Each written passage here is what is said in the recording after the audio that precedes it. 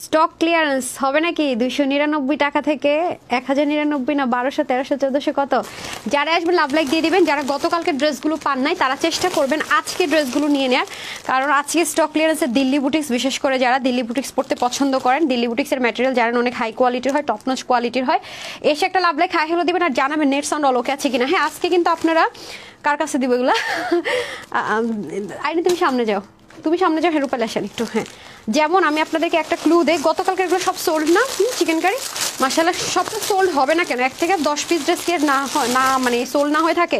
আজকে আপনারা একটা ড্রেসই পাবেন না, চিকেন কারির মনে একটাই আছে আজকে।